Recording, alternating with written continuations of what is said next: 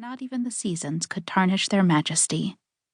A gust of wind raced down the path and smacked into Eren, not unlike a rambunctious puppy, licking her arms and face with wisps of chilly air. The woods wanted her to play. That's all they ever wanted.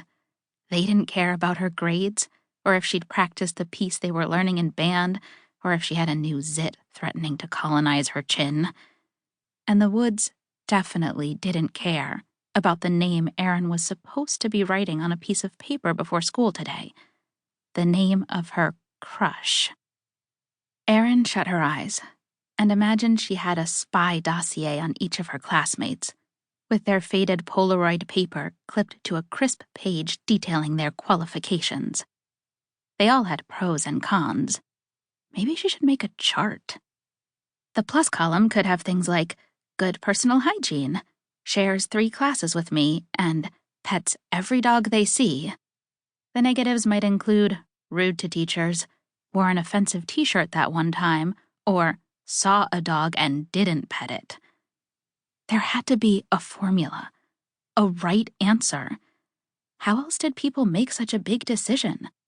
It wasn't like the movies, where you bumped into someone by your locker, and when they helped you pick up your books, the air exploded with heart eyes emojis. If it were that easy, she'd have started bumping into people months ago. A twisty vine of anxiety wrapped around Eren's chest and squeezed. It was becoming a familiar sensation. She opened her eyes, and the sunlit trees welcomed her back. Maybe she could stay out in the woods forever. Build a treehouse. Befriend a raccoon. Harvest mushrooms for fun and food. Eventually, Jessie and Kayla might even forgive her and come visit. And when they did, they'd still want to know the name of Eren's crush. Kayla had made that perfectly clear on the text chain. No one shared unless they all shared. If Eren didn't come up with someone, she'd be ruining the pact for all 3 of them. The wind tugged at the cuff of Eren's jeans, insistent. 5 more minutes, it begged. Please. How could she say no? Eren pulled out her phone, careful not to read any of the texts, and thumbed it to silent. The vine around her chest relaxed its squeezy grip.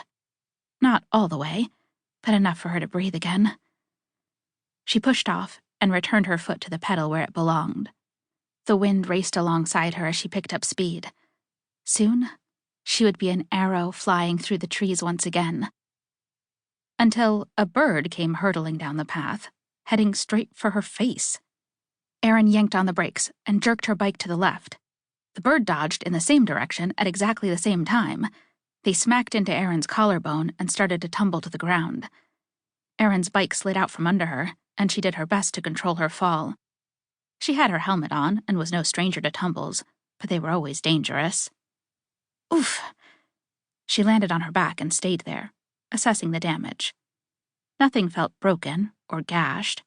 All in all, a good fall. She picked herself up off the ground and found the bird. They had landed in a nearby pile of leaves and looked just as dazed as she felt. Now that they weren't trying to hurl themselves into her face, she could see 2 tawny wings and a plump songbird body. Their eyes were beady and intense and set close to their stubby black beak. A wren, maybe, or a kinglet? As she got closer, the temperature of the air dropped suddenly, as if the bird were made of ice. I forgive you for trying to impale me with your beak, little bird, but what the heck happened to you? The bird regarded her with one of their eyes and hopped frantically, trying to take to the air again. Their wings seemed stiff and slow, as if they were frozen. In fact, as she studied the bird, Eren thought she could see a hint of frost creeping over their body.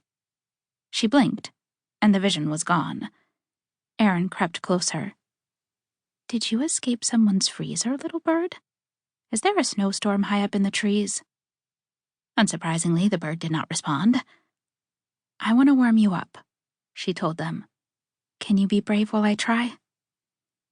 The bird tilted their head sharply and stood perfectly still. They were probably in shock. She'd seen a bird behave like this before.